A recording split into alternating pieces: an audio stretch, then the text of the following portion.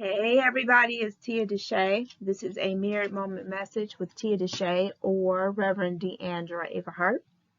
I am Tia DeShay. I write now so others can remember later. I produce purpose from chaos, and I am a spiritual teacher for social, generational, and personal change. It is my intention to fulfill the scriptural mandates of Jeremiah 1:9. Then the Lord reached out his hand and touched my mouth and said to me, I have put my words in your mouth. And Revelation 10:11. Then I was told, you must prophesy again about many peoples, nations, languages, and kings. It is my prayer for Matthew, the 10th chapter, and for Matthew, the 13th chapter and the 35th verse to unfold in my life, ministry, and practice. So was fulfilled what was spoken through the prophet. I will open my mouth in parables. I will utter things hidden since the creation of the world. Once again, this is a mirrored moment message with Tia DeShay or Reverend Deandra Everhart. And the title of this message is, This is Not a Test. Today is August the 14th, 2022 on a Sunday, and it is 5:56 p.m. I've heard so many times growing up in Christianity, in the church, in religion, about how God tests us. God tests us. I've heard many sermons, many messages about how God tests us. God gives us tests. And when we pass these tests, then we are given a reward, right? Just like in school. For those of you who've taken a test and you had to use a Scantron or a standardized test where you bubble in. You bubble in the correct answer on your standardized test document or on the Scantron. And then, your reward was a passing grade, whatever that grade may be, right? Well, I'm here to tell you that God does not test us. God does not test us. God does not test us. The reason why things happen in our life that we may consider an annoyance or a delay or a challenging time, a difficult time, it's not because God is testing us to see what we know, to see if we've been studying, no. What's happening is we're seeing the consequences of either our thoughts, we're seeing the consequences of our actions or our inability or our unwillingness to act. We're seeing the consequences of our procrastination. We're seeing the consequence of us lying, not being honest, of us cheating, stealing, murdering, us gossiping, us wasting time on social media, wasting time, on frivolous things that bring our life or the lives around us no value. We're seeing the results of our anger, of our bitterness, of our jealousy, of our envy, of our strife, of our arrogance. God is not testing us. We're also seeing the results of people not doing what they were led to do, whether it was a source of inspiration, an idea, a gut feeling. We're affected by that. When a person, decides to drink and drive, and then unfortunately they hit someone, and then that person, has to go through physical therapy in order to learn how to walk again. That's not God testing them. That's not. That's not God punishing them either. That is the result of somebody deciding to get behind the wheel of a car knowing that they had too much to drink and rationalizing it in their mind that they're okay and that they can drive. God does not test us.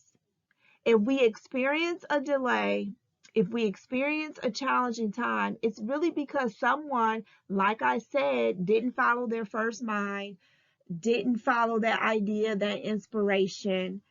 And so now that one person's action has now altered the trajectory of a lot of people's lives.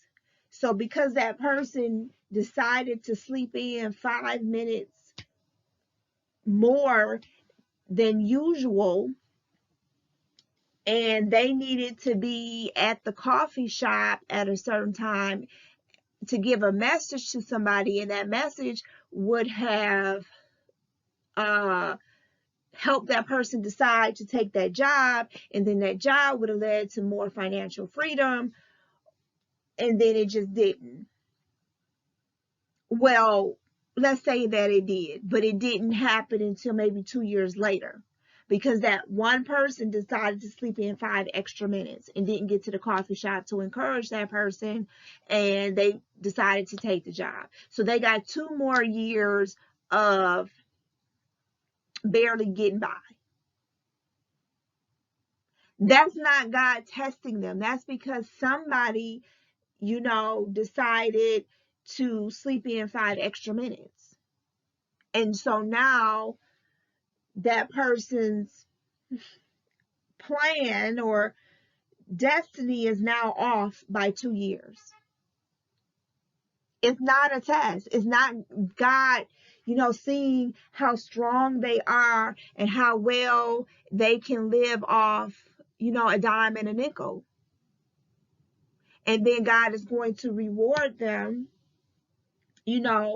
for being faithful and not complaining during those 2 years. No, it just took 2 years to get them back on track where they were supposed to be.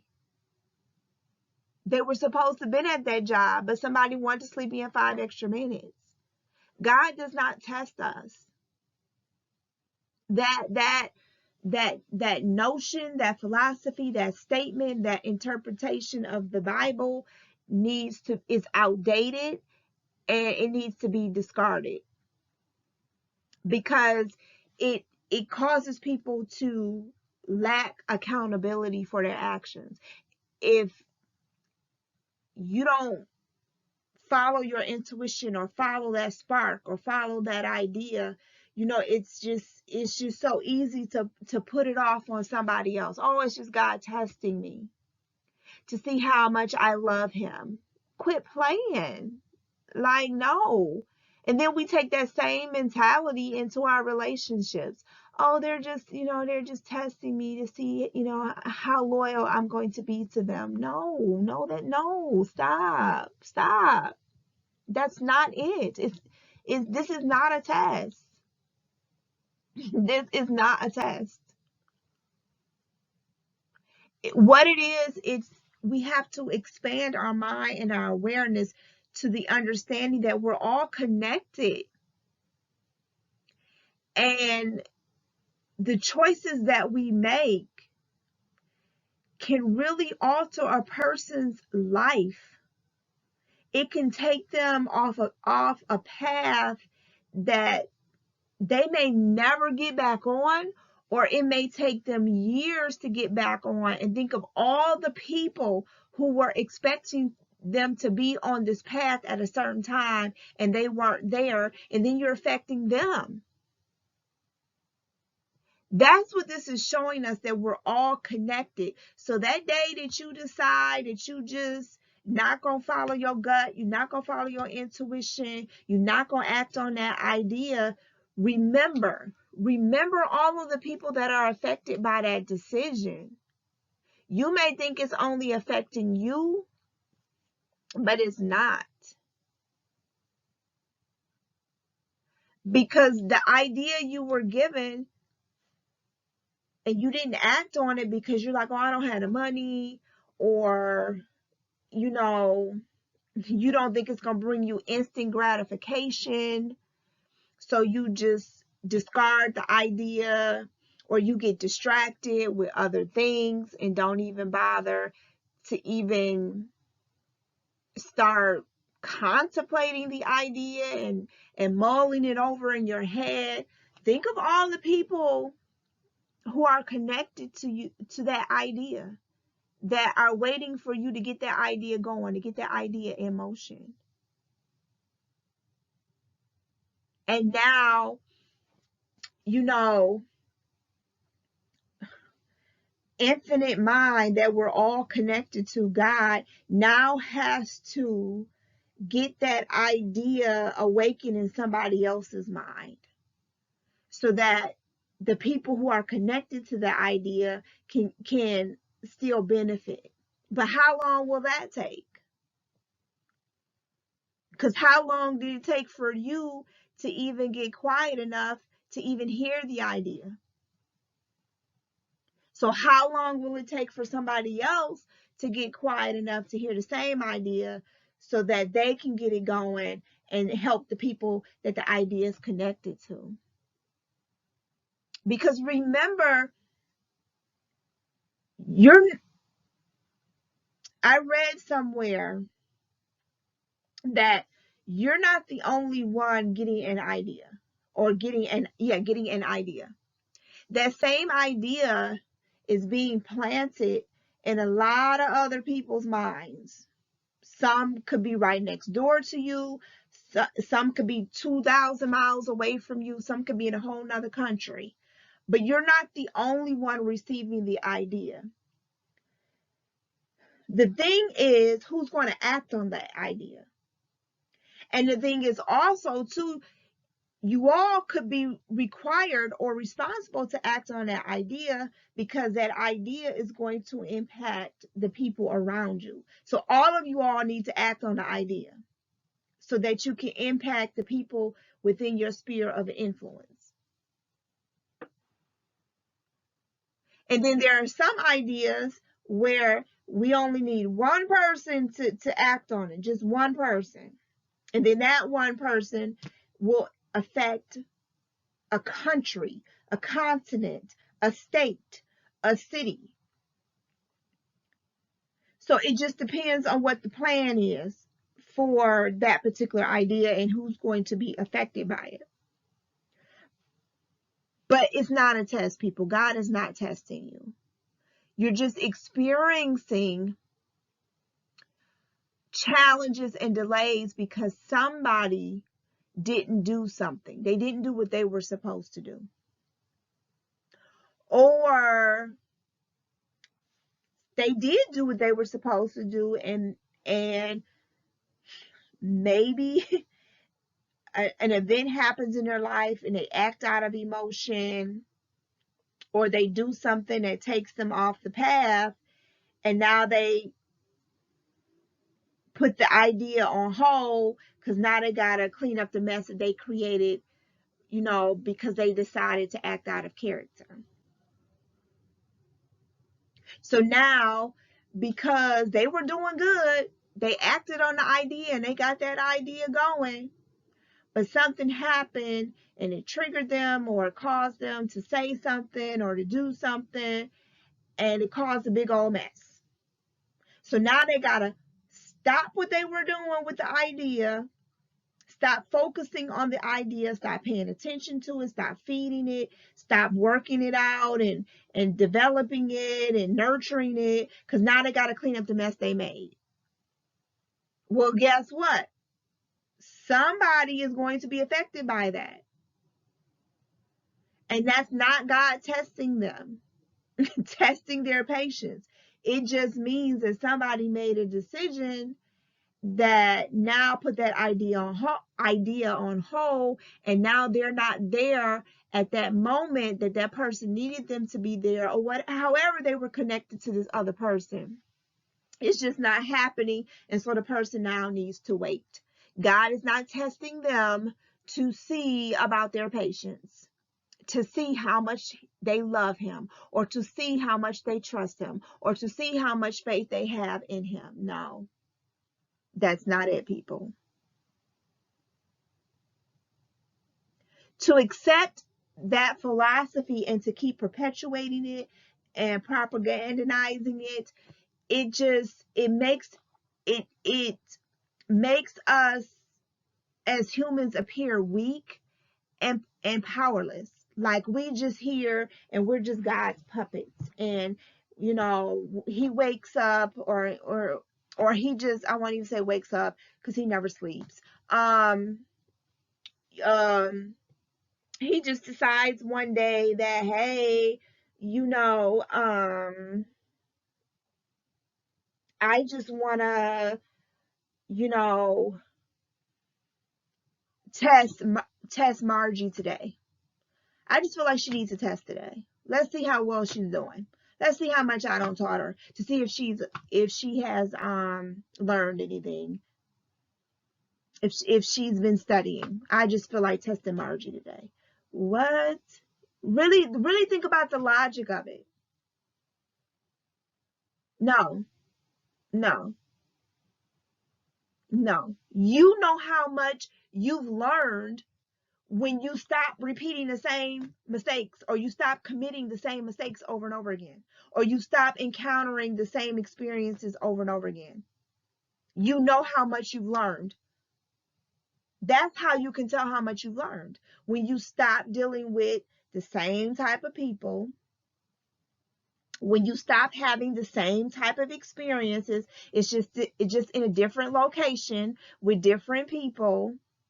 When you stop repeating the same behavior and patterns, when you stop repeating the same responses, every time somebody does something that you don't like, you hit them. When you stop doing that, you realize, oh, I've learned a lesson. God doesn't have to give you a test to see if you learned a lesson. You'll give yourself a test. You give yourself tests. You create the test.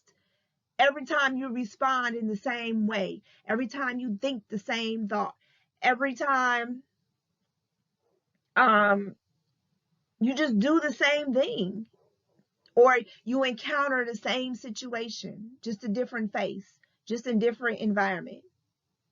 You created the test, not God. Stop making it seem as if you're just this powerless person. No, you're not. You're actually quite powerful, and you're creating your experiences as I speak. As you're listening to this, you're creating your own experiences. So people, please stop it. Please stop with the foolishness. God does not test you. This is not a test. You are experiencing the situation because of something you did or didn't do, because of a repetitive thought, action, belief, or because somebody else didn't step up to the plate, they got distracted, or they have to clean up a mess because they weren't where they were supposed to be.